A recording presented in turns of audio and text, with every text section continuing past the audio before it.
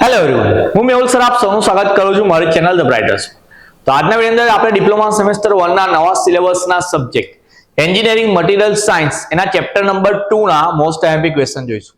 Already chapter number 1 નો video બનાવેલો છે, એમાંથી કયા કયા ક્વેશ્ચન કરવાના છે, કયા ક્વેશ્ચન કેવી રીતે કેટલા માર્ક્સમાં પૂછાય છે, એ બધી વસ્તુ વિથ એક્સપ્લેનેશન એ વિડિયોમાં તમને મળી જશે. લિંક ડિસ્ક્રિપ્શનમાં નાખું છું. પ્લેલિસ્ટ બનાવેલી છે કે જેમાં તમને વિડિયો મળશે. એમાં બીજો બી એક વિડિયો છે કે જેમાં તમને EMS ના થ્રુ આઉટ કેટલા મોસ્ટ આઈએમપી ક્વેશ્ચન કરવાના છે એ બી વિડિયો અંદર છે. પણ જો તમે ચેપ્ટર વાઇઝ તૈયારી કરતા હોય, કારણ કે મિડ એક્ઝામ તમારી આસપાસ હશે, દિવાળી પહેલા કાં તો મે બી પછી તરત લેવાના હોય, તો એ મિડ એક્ઝામની અંદર પહેલું ચેપ્ટર અને બીજું ચેપ્ટર તો હશે જ, કહી દીધું હશે તમને ફેકલ્ટી, અને મે બી તમારી કોલેજમાં તો ચાલી બી ગયા હોય, ખબર ના પડી હોય, અલગ વસ્તુ છે. પણ કયા કયા ક્વેશ્ચન છે જે મોસ્ટ આઈએમપી છે ને આપણે એક્ઝામ માટે તૈયાર કરવાના છે, આપણે એની અહીંયા ચર્ચા કરીશું. વિડિયો લાસ્ટ સુધી દેખજો જરા. એક બે ક્વેશ્ચન તો એવા છે કે જે પૂછાઈ ગયા છે એક્ઝામમાં એવું કહીશ, અને કેટલા માર્ક્સમાં એવું બી કહીશ. વિડિયો તમારી પાસે આવે તો થોડો શેર કરી આલજો, થોડુંક મારું બી પ્રમોશન થાય, તમારું કામ થાય જેવી રીતે. ઓકે, ચાલો આપણે વાત કરીએ. સૌથી પહેલો question, define crystal grain and grain boundary. ગુજરાતીમાં કહું તો વ્યાખ્યા આપવાની છે. ગ્રેન એટલે ગુજરાતીમાં કણ કહેવાય એને, ક્રિસ્ટલ અને ગ્રેન બાઉન્ડ્રી એટલે કે કણની બાઉન્ડ્રી. એવું બહુ ઇઝી ક્વેશ્ચન છે. જેમ કે હું માનો અહીંયા પહેલા ક્રિસ્ટલની વાત કરી, તો ક્રિસ્ટલ એટલે શું? જેમ કે તમે ફર્સ્ટ ચેપ્ટરનો વિડીયો જોયો હોય, ના જોયો હોય તો બીસીસી, એફસીસી ને એચસીપી ની ડાયાગ્રામ જે ડ્રો કરવાની આ જે એક્ઝામમાં પૂછાતી જ હોય છે, બરાબર. પેલું સ્ટ્રક્ચર દોરવાનું હોય ને ક્યુબ વાળું, એ સ્ટ્રક્ચર પૂછાતું હોય. તો એ સ્ટ્રક્ચર એવું છે, એકચ્યુઅલી એક એટમ છે. એક એટમ છે. એટમ એનો શેપ હોય અલગ અલગ, જેમ કે ડાયમંડ છે, સિલ્વર છે, ગોલ્ડ છે, એ બધાના સ્ટ્રક્ચર અલગ અલગ હોય. અંદરની વાત કરીએ અંદરની, તો જે સ્ટ્રક્ચર છે ને એને આપણે ક્રિસ્ટલ કહેતો હોય. એ ક્રિસ્ટલની અંદર નાના નાના કણ આવેલા હોય. એ નાના નાના કણ કે જેને શું કહેવાય? ગ્રેન. અને એ કણ એકબીજાથી છૂટા પડતા હોય એક લાઈનથી. જેમ કે એવું માનો આપણે બાઉન્ડ્રી શબ્દ સાંભળ્યો ક્રિકેટની અંદર, તો બાઉન્ડ્રી કેવું છે કે એક લાઈન પાડેલી હોય કે જેની બહાર બોલ જાય તો આપણે 4 કે 6 રન લેતા હોય, બરાબર. આટલું તો ખબર છે. તો સેમ વસ્તુ કેવું માનો કે આવી રીતે એક ક્રિસ્ટલ છે કે જેમાં આવી રીતે અલગ અલગ બધા કણ છે. આ બધા કણ છે, આ બધા કણ છે, બરાબર. અલગ અલગ શેપના હોય. પણ એ બધા કણને આ જે છૂટી પાડતી લાઈન હોય, એ બે કણને અલગ અલગ છૂટી પાડતી જે લાઈન હોય એને ગ્રેન બાઉન્ડ્રી કહેવાય. એવું લખ્યું છે, ચોપડી મેં બનાવીને નહીં કહેતો. તો આ 3 વ્યાખ્યાનો પ્રશ્ન છે જે આપણે કરવાનો. પહેલો 3 માર્ક્સમાં પૂછાય, 3 વ્યાખ્યાઓ ભેગી કરી. ઓકે, ચાલો. હવે જે મેં કહેતો હતો એ કે આ ચેપ્ટરમાંથી પૂછાઈ ગયેલો ક્વેશ્ચન કયો હતો કે સેકન્ડ નંબરનો. કયો? Explain iron carbon diagram and its need. Iron carbon diagram એને કોઈક વાર આવી રીતે બી લખીને આપે છે લોકો, FEC ડાયાગ્રામ. કે Fe એટલે આયન અને C એટલે કાર્બન. તો આયન કાર્બન ડાયાગ્રામ જે છે, દેખવામાં થોડો ટફ લાગતો હશે, મે બી ટફ છે બી, હું નાની પાડતો. પણ આ ક્વેશ્ચન એવો છે કે જે પૂછાઈ ગયો, એવું કહી દીધું મેં તમને. મિડમાં બી પૂછાઈ ગયો છે અને જીટીયુમાં બી પૂછાઈ ગયો છે. તમને એવું ખબર જ હોય કે આ ક્વેશ્ચન પૂછાઈ ગયો છે, તો પછી એ ભલે ન અઘરો હોય, આપણે એને તૈયાર કરી દઈશું. ડાયાગ્રામ પહેલા ડ્રો કરવાનો, પહેલા ડ્રો કરતા શીખી જવાનું કે ભાઈ પેલી 3 લાઈન છે થોડી ઝિગઝેગ જેવી આવે છે, એક જ જગ્યાએ સેમ જગ્યાએ 3 જગ્યાએ ઝિગઝેગ છે, બરાબર. પહેલા એક લંબચોરસ બોક્સ બનાવવાનું, એમાં એક લાઈન થોડુંક ઝિગઝેગ, એક બીજી લાઈન થોડું ઝિગઝેગ અને ત્રીજી લાઈનમાં ઝિગઝેગ. પછી એક ઉપરથી આવો કર્વ નીચે પાડવાનો અને આમ પૂરું કરી દેવાનું, બરાબર. મેં એવી રીતે યાદ રાખેલું છે ને, એવું જ છે. તો પહેલા ડ્રો કરતા શીખો, પછી એની અંદર નામ રાખતા શીખવાનું. તમારી પાસે બુક હોય MS ની, તો એવું છે, એક પેજ પર આયન કાર્બન ડાયાગ્રામ છે ને એક બીજી બાજુ સિમ્પ્લિફાઈડ એટલે કે ઈઝી કરેલો આયન કાર્બન ડાયાગ્રામ. તો પહેલા ઈઝી વાળો દોરતા શીખો. ઈઝી વાળો દોરતા શીખી જાઓ તો પછી આમાંથી નામ ઉઠાવીને એમાં મૂકવા રાખવાનું. કોઈને એવું કન્ફ્યુઝન થાય કે સર આ દોરવાનું ક્યાં દોરવાનું? દોરવાનું આપણે એક જ છે, જે આયન કાર્બન ડાયાગ્રામ છે. પણ પહેલા આ બાજુ વાળો દોરવાનો, આમાંથી નામ ઉઠાવીને અહીંયા મૂકી દેવાનું. કારણ કે આ દેખવામાં સારો લાગતો હશે તમને. રાઈટ સાઈડના પેજ પર જે છે આયન કાર્બન ડાયાગ્રામ, જો તમે દોરતા શીખી જાઓ પછી એની અંદર આપણે લખવાનું છે કંઈક કે ભાઈ આયન કાર્બન ડાયાગ્રામ છે, એમાં જે વસ્તુ કે કયા તાપમાને કઈ શ્રેણી આવે ધાતુઓની, કયા તાપમાને કઈ શ્રેણી આવે ધાતુઓની, અહીંયાથી અહીં જવાથી શું થાય, એ બધું અંદર લખેલું છે. લખવાનું સમજવાનું અલગ વાત છે, પહેલા તમારે આયન ડાયાગ્રામ દોરતા શીખવાનું. કારણ કે કોઈક વાર 4 માર્ક્સમાં એકલો દોરવાનો બી પૂછાય કે આયન કાર્બન ડાયાગ્રામ દોરો. 7 માર્ક્સમાં બી પહેલા પૂછાયો હતો તો દોરો એટલું જ આવતું હતું, તો ડ્રો કરવાનું જ આવતું હતું. પણ જો સમજાવવાનું આવે તો અલગ વાત છે. અને બીજી એની જરૂરિયાત કે એની નીડ શું છે એ બી સમજાવવાની આવે. તો નીડ તો તમે પોઈન્ટ વાઇઝ લખી શકો છો. બુકમાં પેરેગ્રાફ મોટા મોટા છે, જો ના આવડે તો ચેટ જીપીટી કરી લેશો, ચાલશે. લખવાનું need of iron carbon diagram, પછી બ્રેકેટમાં પોઈન્ટ વાઇઝ એવું લખવાનું. ગુજરાતીમાં હોય તો પોઈન્ટ વાઇઝ ઇન ગુજરાતી એવું. તો તમને પોઈન્ટમાં લખીને આપે. ચેટ જીપીટી આમ તો એક રીતે સારું છે.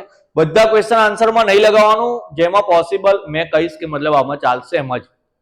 અમુક છોકરા એવું કરે કે બુક લાવતા નહીં, બધું જ chat GPT. No doubt chat GPT ખોટું નહીં આપતું, પણ ચેટ જીપીટી એવું બી નહીં કે ટેકનિકલ આન્સર આવે છે.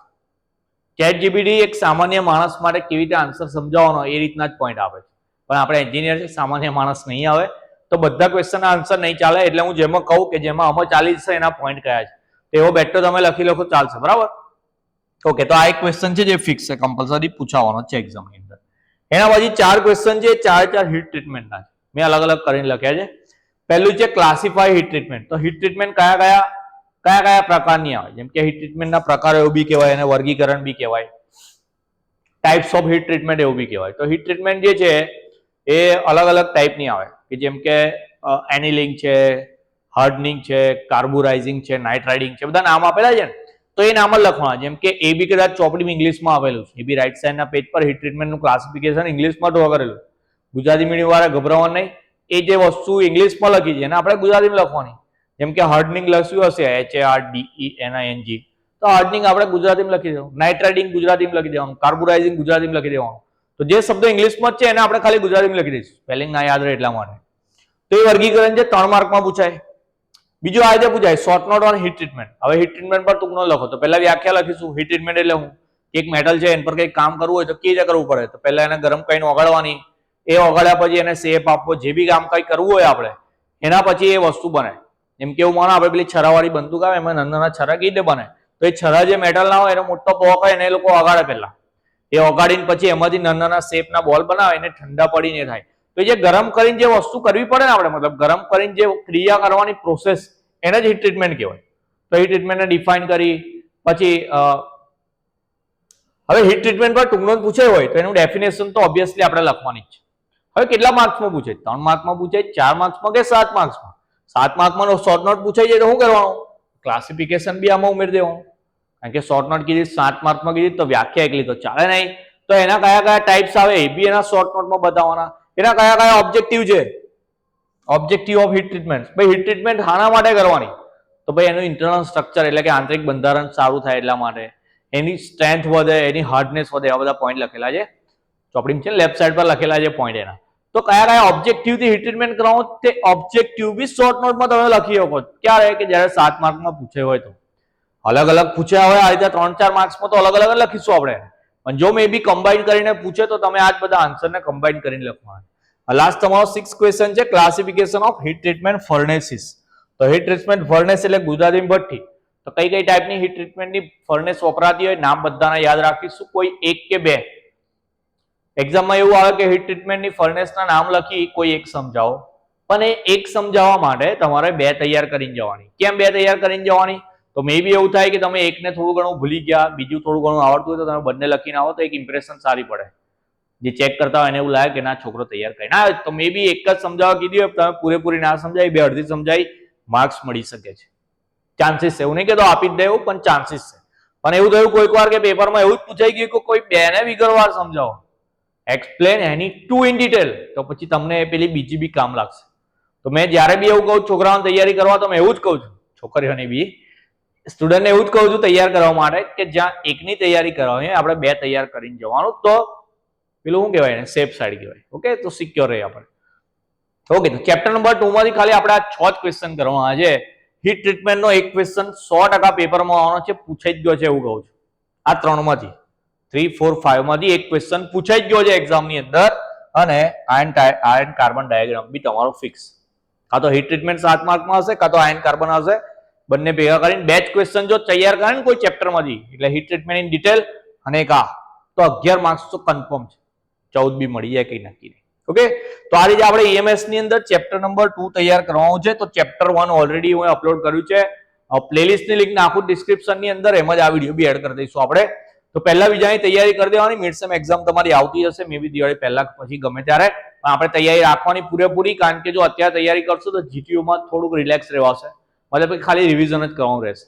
ઓકે, તો આ રીતે આપણે દરેક સબ્જેક્ટના IMP મૂકતા રહીશું મિડ સેમ એક્ઝામ માટે, GTU એક્ઝામ માટે. જો તમને કોઈક જગ્યાએ બહુ તકલીફ પડતી હોય, કોઈ સબ્જેક્ટ ના ફાવતો હોય, તો કોમેન્ટ સેક્શનમાં બતાવજો, આપણે એનો બી વિડીયો જલ્દી બનાવીશું. તો મળીએ હવે નેક્સ્ટ વિડીયોમાં. ત્યાં સુધી તમારું ધ્યાન રાખજો. જય હિન્દ, જય ભારત.